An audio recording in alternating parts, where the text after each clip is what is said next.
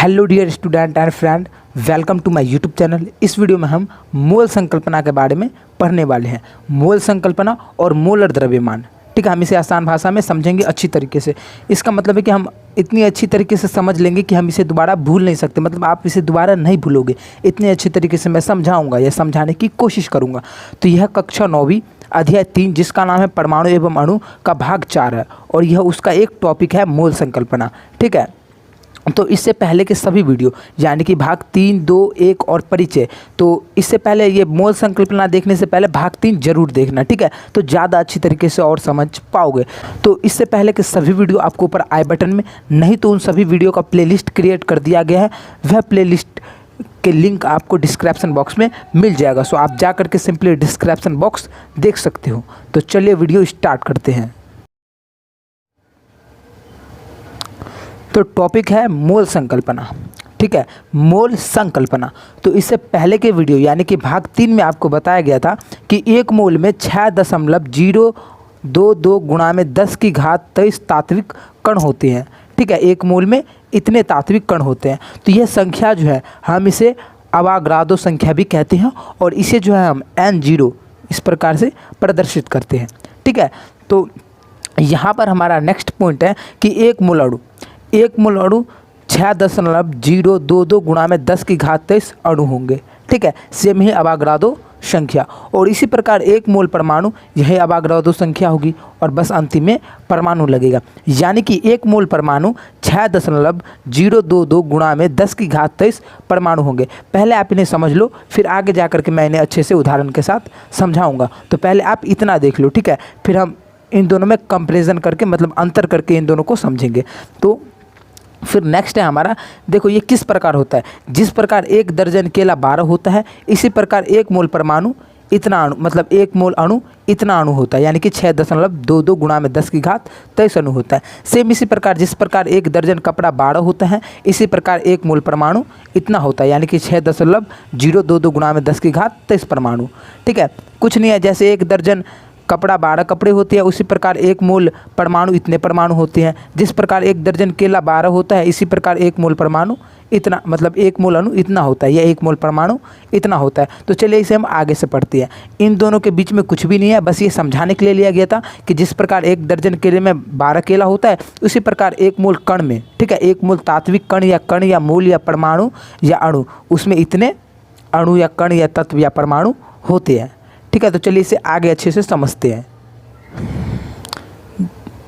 जैसा कि 2 दर्जन केला के लिए हम क्या करते हैं, 2 दर्जन केले के लिए हम 12 को 2 से गुना कर देते हैं, तो यानी कि 12 दूनी 24। तो यहाँ पे 21 लिखा गया, तो यहाँ पे 24 होगा, ठीक है। तो 12 दूनी 24। तो सेम इसी प्रकार 2 मोल अणु के लिए हम अवाग्रादो संख्या में 2 से गुणा कर देंगे, तो वह उतना अणु आ जाएगा, ठीक है।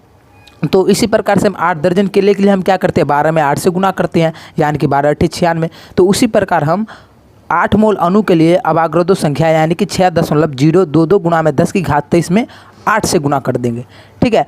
तो उसी प्रकार अगर मोल यानी कि यहाँ पे अणु हो तो यहाँ पर अणु लिखा जाएगा, यहाँ पे परमाणु हो तो यहाँ पे परमाणु लिखा जाएगा, यहाँ पे कण हो तो यहाँ पे कण आएगा, ठीक है। इसी प्रकार और भी कोई आयन हो तो यहाँ पे भी आयन, मतलब जो भी हो वो यहाँ पे आएगा। जिस प्रकार यहाँ पे केला है रहता है 1 दर्जन केला, तो हम यहाँ पे इतना केला लिखते हैं।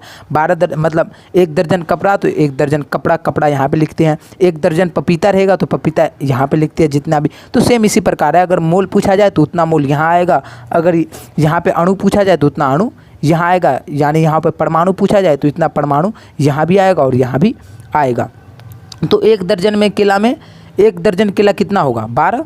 तो सेम इसी प्रकार एक मोल कण, एक मोल कोई सा भी कण, अब कण बोला तो उसमें परमाणु अणु जो है कुछ भी आ सकता है। तो सेम उसी प्रकार एक मोल कण, ठीक है, यहाँ पे ये दो नहीं होगा, एक मोल कण 6.022 गुणा में 10 की घात 23 कण होंगे, ठीक है।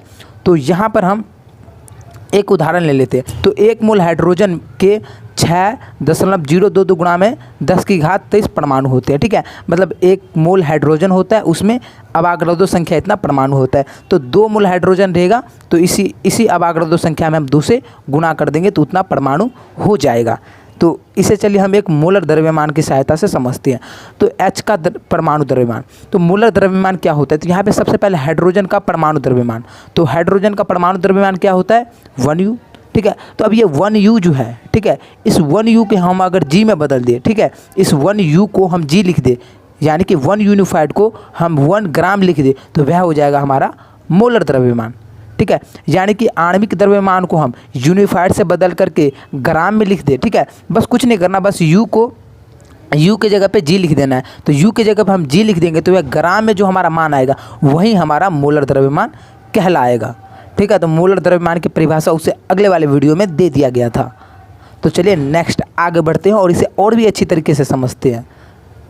तो यहाँ पर दिया गया है कि मोलर द्रव्यमान आणविक द्रव्यमान के बराबर होता है, यानी कि मोलर द्रव्यमान को हम G में लिखते हैं और आणविक द्रव्यमान को हम U में लिखते हैं। बस इसमें इतना ही फर्क है कि मोलर द्रव्यमान को G में लिखते हैं और आणविक द्रव्यमान को हम U यानी कि यूनिफाइड में लिखते हैं। तो यहाँ पर बस इतना ही अंतर है कि एक को यानी कि मोलर द्रव्यमान को G में लिखते हैं, आणविक द्रव्यमान को हम U से लिखते हैं, यानी कि इसका इकाई U होता है और मोलर द्रव्यमान का इकाई G होता है। बाकी सब कुछ बराबर होता है। जिस प्रकार आणविक द्रव्यमान निकालते हैं उसी प्रकार मोलर द्रव्यमान भी निकालेंगे। तो मोलर द्रव्यमान या आणविक द्रव्यमान कैसे निकालते हैं, सो यह इससे अगले वाले वीडियो यानी कि पार्ट 3 में बता दिया गया था। सो वह वीडियो आपको डिस्क्रिप्शन बॉक्स में मिल जाएगा या आई बटन में। तो यहाँ पर ये जो मैंने है वो अगले वीडियो में बता दिया था, फिर भी मैं इसे दोबारा बता देता हूँ, ठीक है। तो यहाँ पर सबसे पहले हम मोलों की संख्या को छोटे वाले n से प्रदर्शित करते हैं।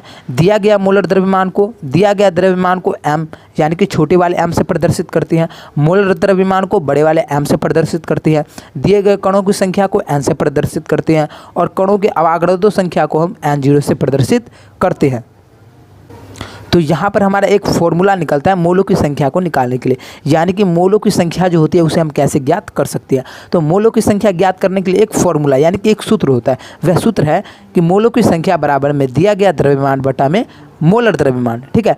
मोलों की संख्या निकालने के लिए द्रव्यमान, जो भी द्रव्यमान दिया गया होगा वो द्रव्यमान को हम उस द्रव्यमान को हम मोलर द्रव्यमान, उसका जो मोलर द्रव्यमान होता है उस मोलर द्रव्यमान से भाग कर देंगे तो हमारा मोलों की संख्या आ जाएगा। तो चलिए इसे एक उदाहरण से समझते हैं। तो यहाँ पर एक उदाहरण इसमें से लेंगे कि जल का मोलर द्रव्यमान, हम इसमें जल का मोलर द्रव्यमान निकालेंगे। तो चलिए अगले वाले पेज पे हम जल का मोलर द्रव्यमान निकालते हैं।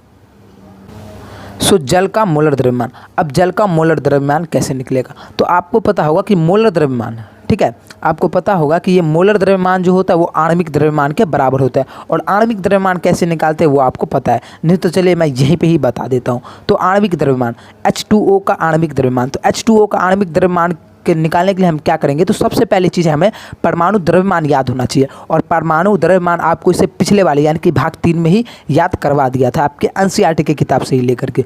तो यहाँ पर सबसे पहले यहाँ पे हाइड्रोजन यानी कि H का हाइड्रोजन का द्रव्यमान कितना होता है, 1 यूनिफाइड। तो हमने यहाँ पर 1 यूनिफाइड लिखा। और हाइड्रोजन 2 है यानी कि H2, तो इसीलिए हमने इसे 2 से गुना किया, ठीक है। H2 है इसीलिए 2 से गुना किया। और फिर हाइड्रोजन का परमाणु द्रव्यमान था 1 यानी कि 1 यूनिफाइड, तो 2 गुना में 1 यूनिफाइड।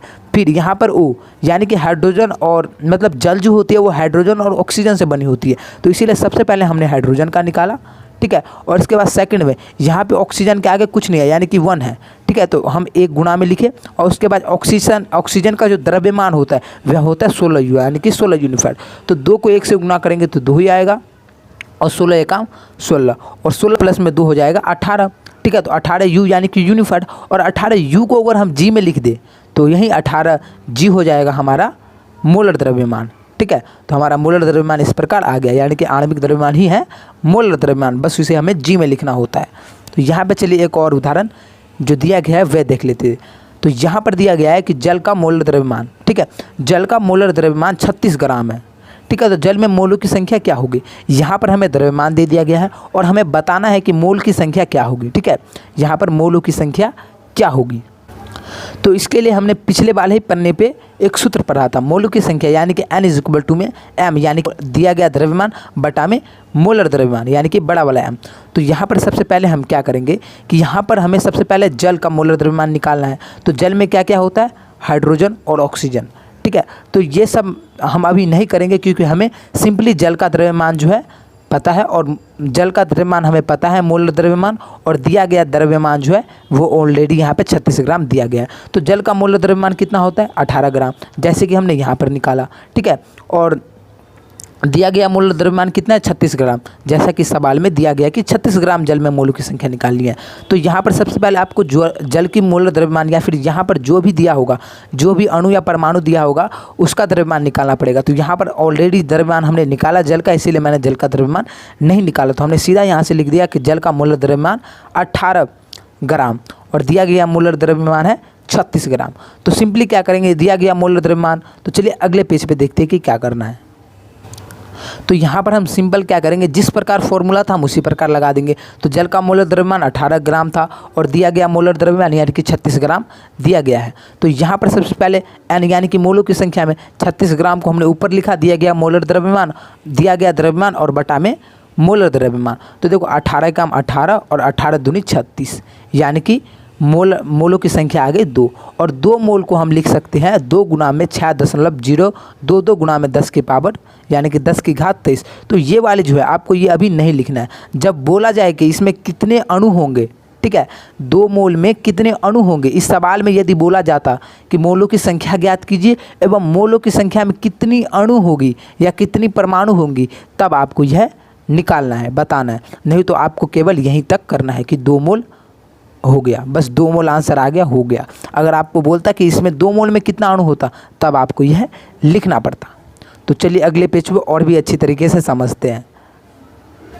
तो यहाँ पर हमारा नेक्स्ट उदाहरण है 18 ग्राम कार्बन डाइऑक्साइड यानी कि CO2 होगा, ठीक है, CO2 होगा। ओके, यहाँ पर CO का मतलब होता है कार्बन मोनोऑक्साइड, CO2 का मतलब होता है कार्बन डाइऑक्साइड। तो यहाँ पर 88 ग्राम कार्बन डाइऑक्साइड में अणु की संख्या निकालनी है, ठीक है। अब यहाँ पर आगे है अणु का संख्या, यहाँ पे मोलों की संख्या नहीं, अणु का संख्या, ठीक है।